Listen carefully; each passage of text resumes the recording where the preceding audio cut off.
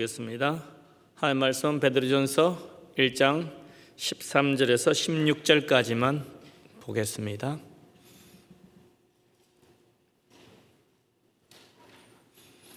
베드로전서 1장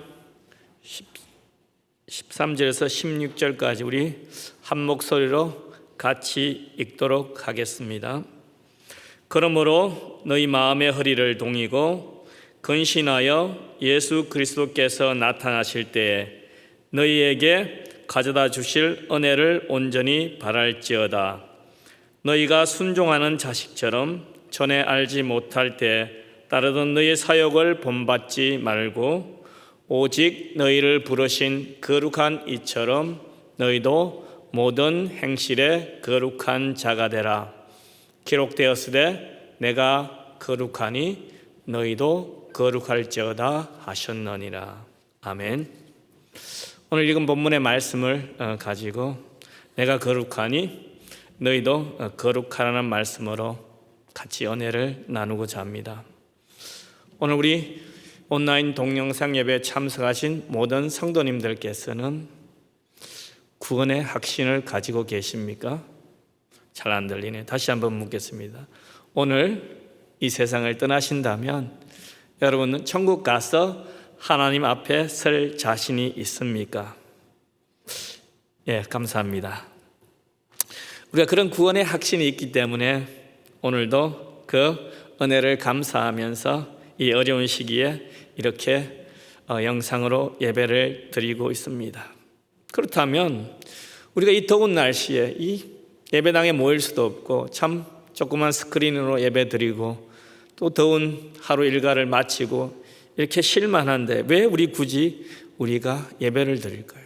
우리 모두는 다 구원받았다고 그런 확신을 가지고 참 천국 가면 하나님 앞에 설 자신이 있는 사람들인데 왜 굳이 이 어려운 환경에서 예배를 할까요? 그 이유는 우리의 구원이 우리의 신앙 여정 가운데서 그 종착점이 아니라 새로운 출발점에 있다는 사실입니다. 우리는 다가올 구원, 예수님의 재림 때 완성될 구원을 향하여 오늘도 예배하면서 하나님의 거룩한 성품을 닮아가고 있는 것입니다. 베드로 사도는 1장 1절에서 12절까지 성도들을 향하여 너희는 구원받은 하나님 나라의 백성이라 그 성도들의 정체성에 대해서 말씀을 하였습니다. 5절에 보면 구원이란 그리스도의 부활하심을 통하여 우리가 하늘의 유업을 받도록 하시는 하나님의 능력이고 보호하심이라 그렇게 이야기했죠. 그리고 이러한 구원을 소유한 하나님의 백성들에게 찾아오는 시험과 근심은 그리스도의 재림의 날에 칭찬과 영광이 될 것이라 그렇게 말씀하였습니다. 그리스도를 통한 구원은 성령 하나님이 모든 선지자와 예언자들을 통하여 전가하신 것이며 참 하늘의 천사들도 그렇게 알기를 원했던 아주 귀중한 비밀이라고 하였습니다. 그러고 난 다음에 고난 중에서 믿음을 지키고 있는 성도들을 칭찬한 다음 하나님의 언약 백성으로 너희는 거룩한 삶을 살아라고 오늘 명령하고 있습니다. 그러나 저를 포함한 많은 그리스도인들은 거룩하라 혹은 거룩한 삶을 살라고 하면 나 같은 사람이 어떻게 거룩해질 수 있을까? 나 같은 사람이 어떻게 거룩한 삶을 살 수 있을까? 거룩은 나와 상관없는 일로 여겨버립니다. 거룩은 하나님께만 속한 그런 속성으로 치부해 버립니다. 제가 여러 성도님들 중에 종종 들은 말이 이런 말이에요. 목사님들이나 교회 리더들이나 거룩하면 되지 나 같은 평신도가 어떻게 거룩할 수 있어? 그렇게 하면서 스스로 거룩을 포기해버리는 그런 모습들을 저는 종종 보아왔습니다. 그렇지만 오늘 성경은 모든 그리스도인들에게 구원받은 모든 백성들에게 거룩하라 또는 거룩해지라 거룩한 삶을 살라고 명령하고 있습니다. 베드로 사도가 오늘 본문의 말씀을 통하여 거룩하라고 우리에게 요구한 그 명령이 몇 가지 나오는데 오늘은 한 두 가지만 살펴보고자 합니다. 그 첫 번째가 13절에 보면 첫 번째 명령은 미래의 소망을 놓지 말라고 합니다. 13절의 시작이 우리가 읽은 본문의 말씀이 그러므로 그렇게 시작되죠. 그죠? 근데 이 그러므로 대신에 우리가 구원받은, 왜 1절부터 12절까지를 구원에 대해서 계속 이야기했으니까 우리가 구원받은 단어로 바꿔서 13절 읽어보면 구원받은 너는 마음의 허리를 동이고 근신하여 예수 그리스도께서 나타나실 때 너에게 가져다 주실 은혜를 온전히 바랄지어다. 그렇게 우리가 13절을 읽을 수 있습니다. 베드로 사도의 첫 명령은 예수 그리스도의 재림 때 가져올 은혜를 온전히 소망하라는 그런 말씀이었습니다. 이렇게 첫 명령을 미래와 관련해서 말하고 있는 것은 고난 중에 있는 신자들에게 미래를 기대하고 오늘을 굳건하게 살라고 베드로 사도가 권면하기 위해서입니다. 미래를 위해서 오늘을 준비할 것이 있는데 그 첫 번째로 허리를 동여 매라는 말입니다. 허리를 동여 맨다는 말의 의미가 무엇입니까? 옛날 우리 그 이조 시대의 양반들의 복장을 한번 생각해 보십시오. 그 갓쓰고 그 두루마기 이러면 얼마나 거추장스럽습니까? 고대 중동의 남자들의 복장도 그와 비슷했다고 합니다. 그래서 그러한 예복을 입고 옷을 입고 무엇을 일을 하기에는 참 거추장스럽지 않을 수가 없었어요. 일을 우리가 깔끔하게 할 수 없었습니다. 옷자락이 밟히고 그랬어요. 또 허리를 동여 매란 말이 성경에 여러 군데 나오는데 출애굽기 12장을 보면 이스라엘 백성들이 그 출애굽하던 날 그 첫날 밤 첫 유월절이죠. 그 만찬을 하면서 허리에 띠를 띠고 신발을 신고 손에는 지팡이를 잡고 그렇게 유월절 만찬을 즐겼습니다. 예레미야서 1장 17을 보면 하나님께서 그 패역한 이스라엘 향하여 예언하도록 예레미야 선지자를 부르면서 예레미야에게 허리를 동이고 일어나라 그렇게 명령하였습니다. 예수님도 누가복음 12장 35절 36절에 보면 허리에 띠를 띠고 등불을 켜고 서 있으라. 주인이 언제 돌아올지 모르니까 너가 문 열어줘야 된다. 그렇게 부탁하는 모습을 보였습니다. 허리를 동여 맨다는 것은 어떤 그 행동을 잘하기 위해서 준비 자세, 준비하는 마음이 있습니다. 그러나 우리가 아무리 허리를 잘 동여 매고 철저히 준비한다고 해서 다 잘 되는 것이 아니에요. 아무리 내가 잘 준비한다고 해서 잘 되는 것이 아닙니다. 이사야 8장 9절을 보면 이런 말씀이 있어요. 너희 민족들아 함성을 질러보아라. 그러나 끝내 패망하리라. 너희 먼 나라 백성들아 들을지어다. 너희 허리를 동이라. 그러나 끝내 패망하리라. 너희 허리가 띠를 띠라. 그러나 끝내 패망하리라. 아무리 허리를 동여 매어도 패망할 수밖에 없습니다. 이 이사야 8장의 배경이 이렇습니다. 유다왕 아하스는 북왕국의 그 침략에 직면해서 하나님으로부터 받은 약속이 있어요. 내가 너를 지키고 보호해 주신다는 그러한 약속을 믿기보다는 하나님을 의지하기보다는 당시의 강대국 아수르를 의지하는 그러한 불신앙의 모습을 보였습니다. 그래서 선지자 이사야를 통해서 하나님의 약속을 믿지 않는 유다의 행위를 본받지 말 것을 촉구하면서 어느 누구든지 하나님을 의지하지 않고 순종하지 않는 자들은 하나님의 징벌을 면치 못하는 것을 말씀하고 있는 것입니다. 허리를 동이고 허리에 띠를 띠는 일에서 근신한다 할지라도 하나님의 말씀과 은혜를 저버리면 결코 패망할 수밖에 없다는 사실입니다. 지금 우리 교회는 지난 5달 동안 우리가 그 코로나 바이러스 때문에 현장에서 예배를 하지 못했습니다. 그렇지만 우리가 다음 달 한 중순쯤에 한 5개월 쉬었던 그 현장 예배를 다시 재개하려고 저희들이 나름대로 철저히 준비하고 있어요. 그렇지만 아무리 우리가 철저히 준비한다 할지라도 하나님의 지키심과 보호하심이 없이는 우리가 현장 예배를 다시 실시했을 때 어떠한 결과가 우리에게 주어질지 아무도 모릅니다. 지금 그러기 위해서는 우리가 현장 예배를 재개하기 위해서는 먼저 우리가 우리의 허리를 동여, 즉 하나님께 우리의 상황을 아뢰고 하나님의 보호하심과 인도하심을 먼저 우리가 간구해야 할 것입니다. 오늘 말씀해 볼 때 우리가 거룩한 삶을 살기 위해서 처음 시작은 바로 허리를 동여매는 일부터 시작됩니다.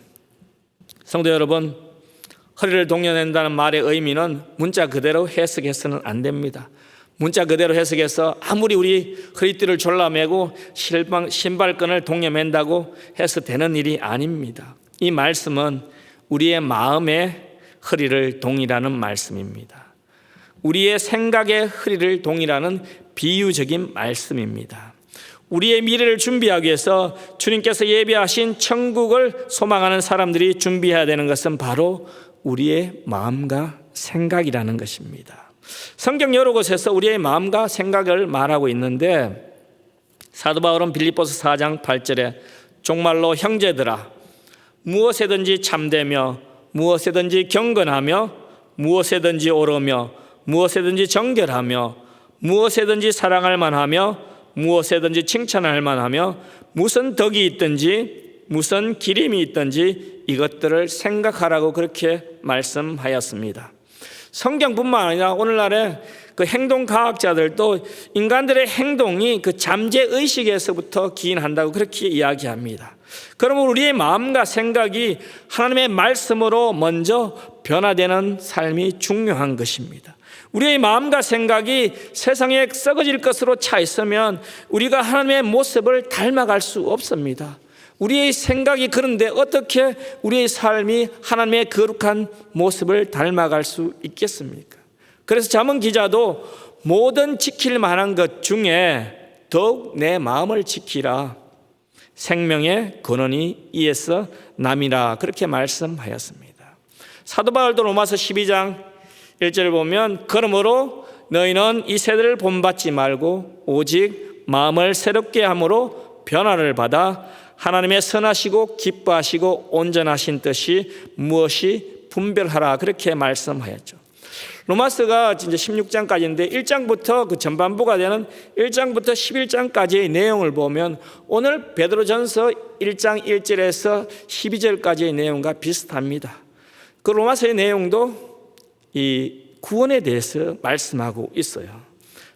바울 사도도 그래서 12장에 그러므로 구원을 이야기한 다음에 그러므로 이 세대를 본받지 말라 마음의 변화를 받으라 그렇게 말씀합니다. 베드로뿐만 아니라 사도 바울도 먼저 구원받은 성도는 내적인 변화, 즉 우리의 가치관의 변화를 요구하고 있습니다. 구원받은 성도가 거룩한 삶을 살기 위해서는 하나님의 말씀으로 복음으로 먼저 우리의 가치관이 바뀌어야 한다는 것입니다. 베드로는 마음과 생각의 허리를 동이고 매고 건신하여 주실 은혜를 온전히 바랄지어다로 그리스도의 소망을 표현하고 있습니다. 여기서 우리가 주목해야 할 부분은 우리가 무엇을 기대하고 바랄 것인가에 그러한 대답이 아니라 우리가 온전히 바라는 것이 무엇에 근거하고 있는지 말씀하고 있습니다. 베드로는 우리가 온전히 바랄 수 있는 이유를 바로 은혜라고 말씀합니다. 그리스도께서 다시 나타나실 때 주실 은혜를 기대하라고 말씀합니다. 이 은혜는 구원받은 백성에게 이미 주어지지만 아직 완성되지 않은 그러한 은혜를 말씀하고 있습니다. 예수 그리스도의 재림 때 다시 다가올 은혜를 말씀하고 있습니다. 이미 우리 구원받은 우리 모두는 그 지나온 과거를 바라보고 삶을 사는 그러한 사람들이 우리는 아니지 않습니까? 우리는 앞으로 성취될 미래의 구원과 그 소망을 바라보고 오늘도 살아가는 성도입니다. 우리가 미래의 구원과 소망을 바라보고 산다고 하여서 오늘의 현실의 삶은 우리가 결코 무시할 수 없습니다. 왜냐하면 우리가 살아가는 이 세상은 여전히 제약 가운데 있고 여전히 우리는 그 제약 가운데 삶을 사면서 하나님의 인도와 보호와 하나님의 구원하심이 필요하기 때문인 것입니다. 우리가 신학적 용어로 그것을 성화의 과정에 우리가 있기 때문입니다. 베드로는 그리스도에 나타나실 때 그 미래에 일어날 일이지만 그때 가져올 은혜는 미래의 어느 순간만을 의미하는 것이 아니기 때문에 오늘 성도들에게 온전히 근신하고 바라면서 이 순간에도 은혜를 지속적으로 누릴 것을 우리에게 말씀하고 있습니다. 예를 들어 설명하면 이스라엘 백성들이 출애굽을 위하여 유월절 밤을 준비할 때 그들은 이미 누렸던 은혜 위에 살아간 것도 아니었습니다. 그렇다고 날이 밝아오면 강야를 지나 가나안에 도착하기 전까지 미래에 주어질 그 은혜만을 바라본 것도 아니었습니다. 그날 밤 이스라엘 백성들은 죽음의 사자로부터 구원받았다는 사실입니다. 초대교회 당시 성도들뿐만 아니라 우리 모두가 그리스도의 재림을 소망하면서 지금 우리가 살고 있습니다. 우리가 미래를 소망하며 살아간다고 하여 오늘 이 세상에서 살아가는 가정을 무시하거나 외면할 수 없어요. 많은 이단들의 특징이 있지만은 그중에 그 이단들은 그 현실의 삶을, 오늘의 삶을 무시해버리는 경향들이 많이 있습니다. 그래서 이단에 빠진 사람들은 쉽게 그 교주를 위해 전 재산을 헌납하고 심지어 교주를 위해 사람을 죽이기까지 합니다. 그러면서 그들은 죄책감을 갖지 못해요. 구원파가 그렇습니다.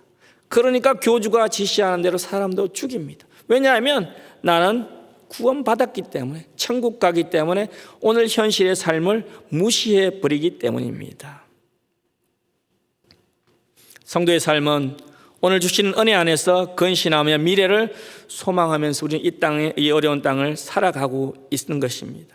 날마다 근신하고 바라는 은혜의 삶은 주님께서 재림의 시간에 우리에게 가져다 줄 온전한 은혜를 누리게 한다는 그 약속입니다. 베드로는 이러한 생활이 우리의 거룩한 삶의 한 부분이라고 말씀합니다. 그러므로 그리스도께서 다시 재림하실 때 가져다 주실 은혜와 소망을 위해서 우리는 마음과 생각의 허리를 동여매고 오늘도 이 어려운 환경에서 우리의 성도의 삶을 살아가는 것입니다. 이러한 하나님의 거룩하심이 우리에게 계속 이어지기를 주님의 이름으로 축원드립니다. 두 번째 명령은 14절 16절에 나타나 있는데 하나님의 거룩함을 따라 너도 거룩한 자가 되라는 말씀인 것입니다. 첫 번째가 생각에 근거한 소망이라면 두 번째는 이 존재에 대해서 말씀하고 있습니다. 즉 우리의 신분의 변화에 대해서 말씀하고 있습니다. 14절을 보면 너희가 순종하는 자식처럼 전에 알지 못할 때 따르던 사욕을 본받지 말라고 합니다. 베드로는 13절에서 말한 성도들의 온전히 근신하여 바라는 삶을 14절에서는 순종하는 자식처럼 그렇게 묘사하고 있습니다. 베드로가 말한 참된 순종이란 하나님의 구원의 의지나 복음과 관련된 그러한 순종을 말씀하고 있습니다. 베드로는 하나님에 대한 순종은 우리 조상들이 물려준 순종과는 다르다는 것을 강조하고 있습니다. 18절을 우리 다 같이 보겠습니다.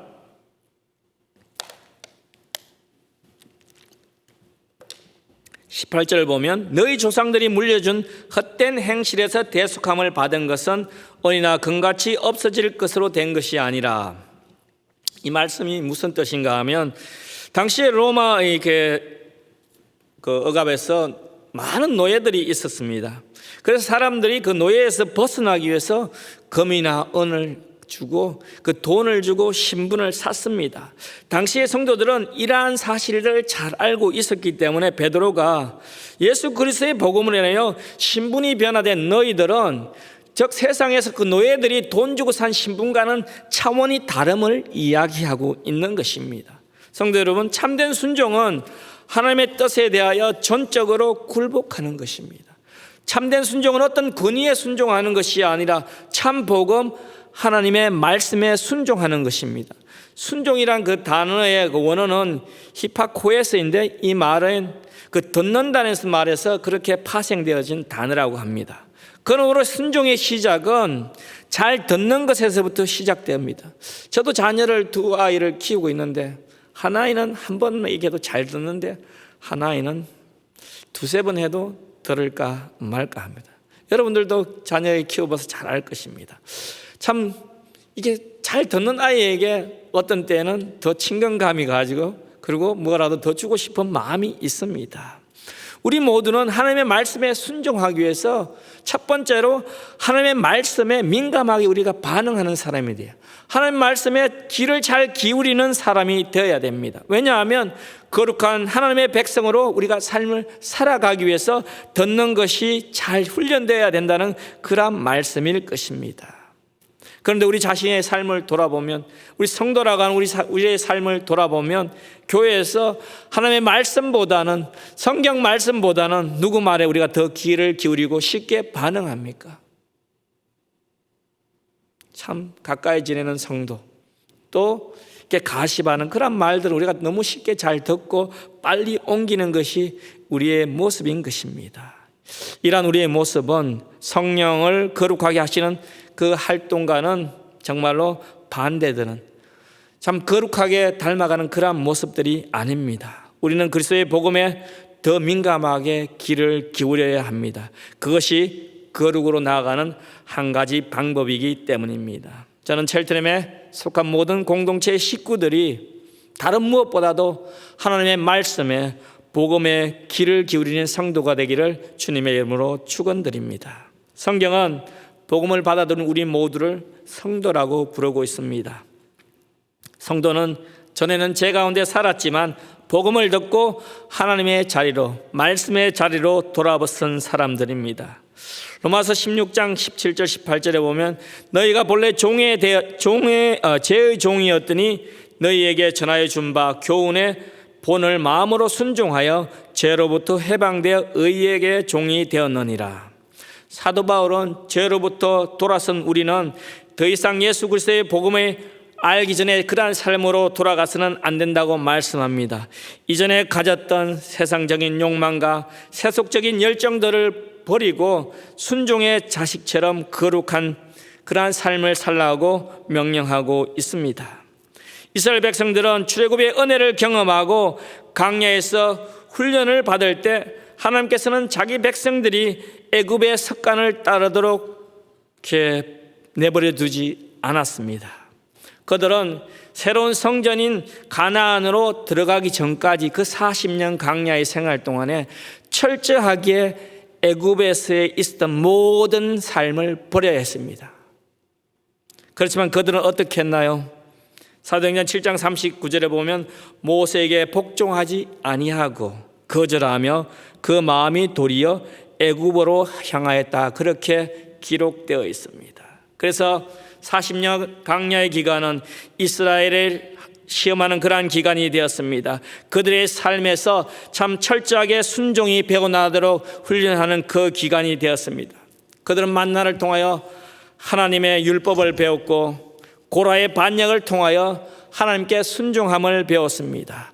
불뱀을 통하여, 불뱀의 사건을 통하여 하나님만 바라보고 사는 그런 방법을 배웠고 반석에 흐르는 물을 통하여 매일같이 하나님과 호흡하는 방법을 배웠습니다. 이러한 광야에서의 시간은 어린 양의 피로 은혜가 흐르는 기간이 되었으며 하나님과 함께하면서 새로운 성전 가나안 땅에서의 삶을 연습하는 기간이 되었습니다. 왜 하나님께서 이렇게 하셨나요? 전에는 내 욕심이 기준이 있고 이 세상이 모범이었다면 회개와 믿음으로 새로운 존재가 된 성도들에게는 하나님의 말씀이 기준이 되고 모범이 되기 때문입니다. 베드로 사도는 그리스도의 복음을 따르기 전에 우리의 삶에 영향을 주었던 모든 것에서부터 돌아서기를 요구하고 있습니다. 우리가 이전에 주님을 알지 못할 때 하던 행동들, 참 우리의 욕심을 따라 살던 그러한 삶에서 돌아서기를 바라고 있습니다. 한 걸음 더 나아가서 베드로 사도는 이전에는 사욕과 욕망에 의해 통제받았던 삶이었다면 이제는 사욕과 욕망을 통제하는 거룩한 삶을 살기를 요구하고 있습니다. 예수 그리스도의 복음을 알지 못할 때에는 무지하였기 때문에 우리가 나 자신의 욕망을 따라 살 수 있었습니다. 누구든지 사욕에 빠져서 죄의 노예가 될 수 있었습니다. 이 사욕은 이전에 예수 그리스도를 알지 못하는 때에 쫓던 것이었습니다. 그러나 이제는 예수 그리스도의 부르심을 통하여 우리가 무지로부터 벗어나 사욕에 관한 모든 것을 버려야 합니다. 이것이 베드로가 말하는 거룩의 한 방법인 것입니다. 그러므로 거룩함이란 예수님을 영접하기 전에 우리 속에 형성된 그 모든 죄의 형틀을 깨트리는 것이에요. 그런데 제 자신을 돌아봐도 여전히 깨트려야 될 그런 죄의 성품들이 너무나 많아요. 참 제 성격이 엄청 급합니다. 그래서 말도 급해요. 그래서 그 말로서 때로는 상대방을 쉽게 상처를 줘요. 교회에서도 그렇고 가정에서도 그렇고. 이 자리에서 비록 설교를 한다 할지만은 목사로 세워주셨지만은 오늘같이 더운 날에 일하고 오면 하나님의 말씀을 대하기 전에, 묵상하기 전에 참 그냥 모든 것들을 잊어버리고 쉽게 휴식을 취합니다. 기도하지 못합니다. 또 급한 성격에 제 나름대로 세우던 교통법규가 따로 있어요. 그래서 교통법규는 20마일 해도 제 나름대로 이렇게 세우던 그 스피드는 한 30마일쯤 됩니다. 이외에도 많은 부분들이 부족해요. 아마 성도님들께서도 똑같은 마찬가지일 것이에요. 우리의 삶에서 참 죄의 모습을 우리는 너무나 잘 알고 있습니다. 우리 자신들의 죄의 모습을. 이 모든 죄의 속성으로부터 우리는 하나님의 형상을 닮아가는 터를 다시 만들고 회복해야 되는 것입니다. 그래야만이 우리가 거룩해질 수 있기 때문인 것입니다. 베드로 사도는 하나님이 거룩하신 것처럼 거룩하고 하늘에 계신 우리 아버지가 온전하신 것 같이 온전해야 하는데 이것이 어느 한 부분에서 하지 말고 우리의 모든 삶에서 그렇게 하라고 합니다. 15절을 보면 우리의 모든 행실에서 거룩한 자가 되라고 그렇게 명령합니다.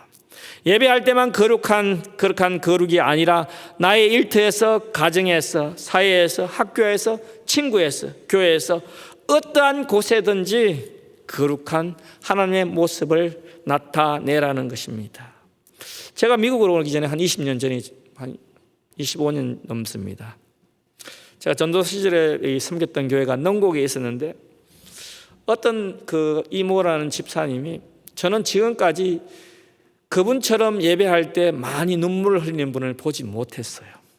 찬양할 때도 참 눈물을 많이 흘리고 뭐 기도할 때는 두말할 필요도 없이 펑펑 울면서 그렇게 눈물을 흘리면서 기도한 그러한 이 인상이 남아 있습니다. 항상 근데 수요예배 끝나면 전사님 저희 집에 가서 친교를 좀 나누고 갑시다 그래요. 그래서 제가 몇 번 거절하다가 하루는 그 초대에 응했습니다. 갔더니만 참 음식이 푸짐하게 차려져 있었습니다. 뭐 돼지족발, 순대, 그리고 또 이렇게 주로 마시는 거 있잖아요. 소주까지 같이 그 밥상에 차려져 있었어요.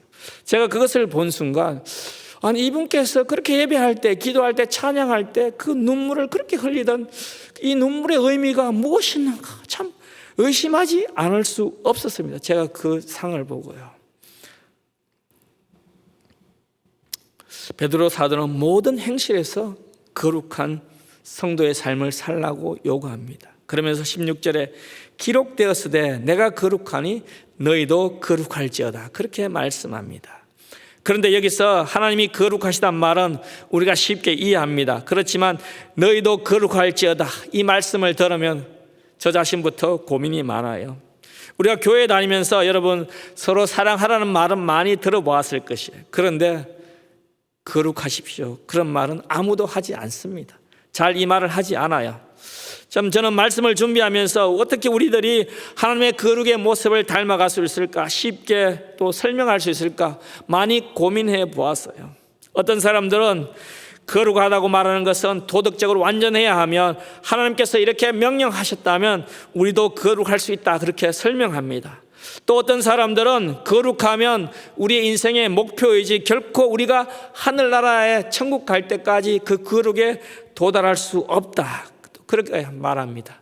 또 어떤 분들은 거룩하다고 말하는 것은 우리가 믿지 않는 사람과 구별되기 위해서 그 사용하는 그러한 단어라고 그렇게 치부해 버립니다. 어쨌든 거룩은 성령의 역사를 통해서 죄와 악에 저항하고 그리스도의 성품을 닮아가는 것과 관련이 있습니다.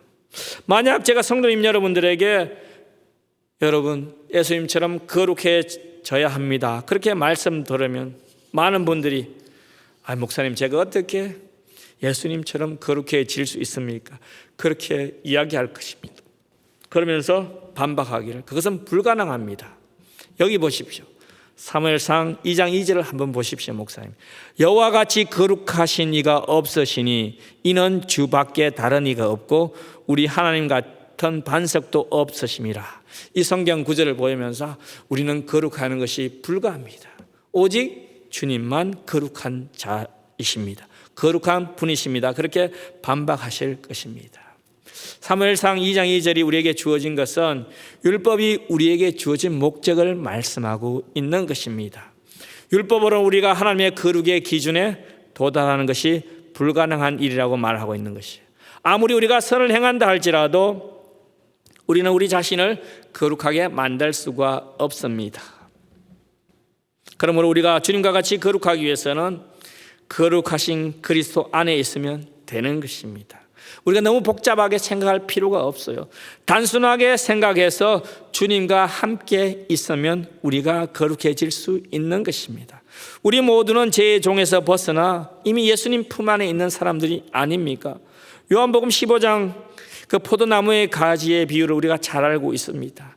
이 비유가 말씀하는 것은 예수님과 우리와의 관계에 대해서 말씀하고 있는 것입니다. 우리가 예수님을 떠나서는 아무것도 할 수 없지만은 예수님 안에 있을 때는 많은 열매를 맺는다고 그렇게 말씀하고 있잖아요. 이 말씀을 다시 말씀드리면 우리가 예수님 안에 있으면 우리도 거룩해질 수 있다는 말씀입니다. 우리 스스로는 우리가 거룩할 수 없지만 예수 그리스도와 한 몸인 여러분과 저는 거룩해질 수 있다는 사실입니다. 그래서 성경은 내가 거룩하니 너희도 거룩하라고 명령합니다.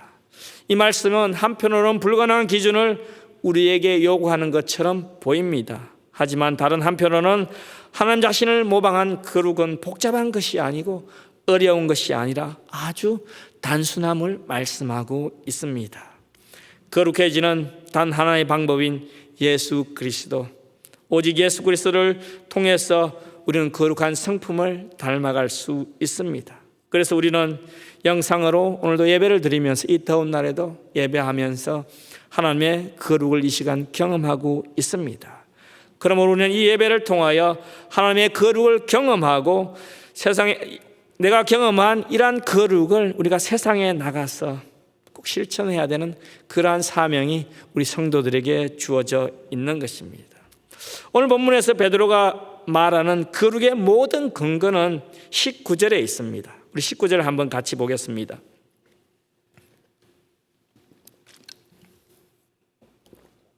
19절, 예수 그리스도께서 십자가에 흘리신 피에 두고 있습니다. 보배로운 피는 예수 그리스도의 은혜를 말씀하고 있습니다.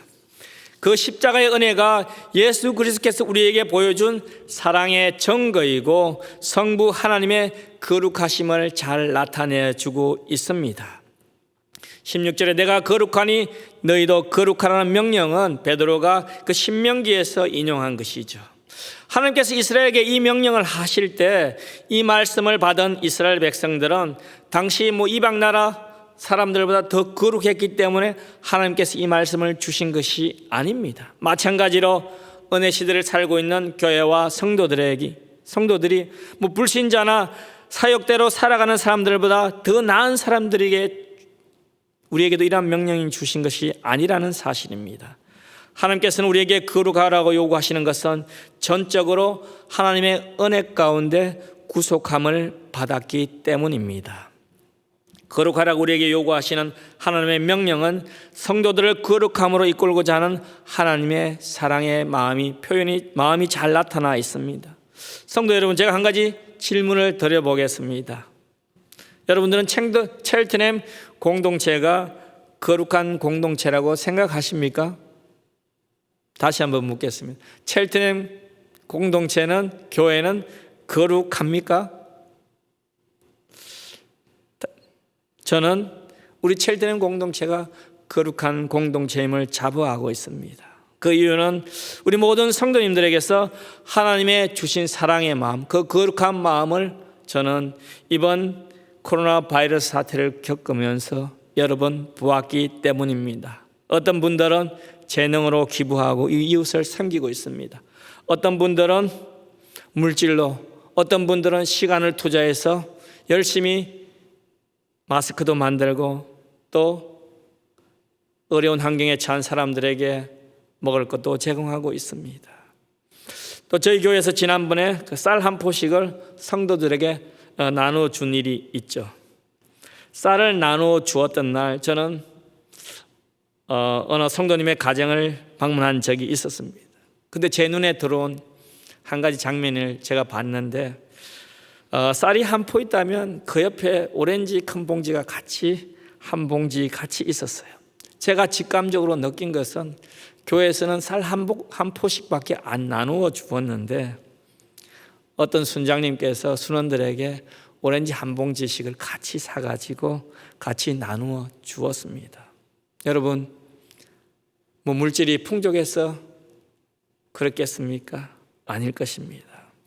바로 그러한 모습들이 구원받은 하나님의 백성으로 살아가는 모습이고 하나님의 마음이고 하나님의 거룩한 한 삶의 모습이라고 저는 확신합니다. 말씀을 정리하겠습니다.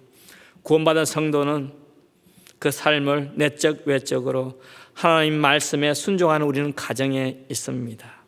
구원받은 성도로 이 땅을 살아갈 때 때로는 우리는 옛날로 돌아가면서 밖에 없는 그러한 연약한 이 존재이지만 우리가 그럼에도 불구하고 베드로는 우리에게 하나님이 거룩하니 너희도 거룩하라고 오늘 말씀하고 있습니다. 우리는 우리 스스로 거룩할 수 없지만은 하나님께서 우리에게 그분께 순종하고 죄를 이길 수 있도록 성령님을 보내주셨습니다. 우리는 성령 하나님과 할 때 우리는 거룩한 삶을 살 수 있습니다. 그래서 내가 속한 선한 영향력을 우리가 미칠 수 있는 것입니다. 비록 우리가 여러 가지 환경이 지금 힘들고 어려운 시간이지만 우리는 하나님 주신 그러한 거룩한 사랑의 마음을 실천하면서 오늘도 이 어려운 시기를 승리하면서 나가는 우리 모든 첼터눔의 성도님 되기를 주님의 이름으로 축원드립니다. 제가 잠깐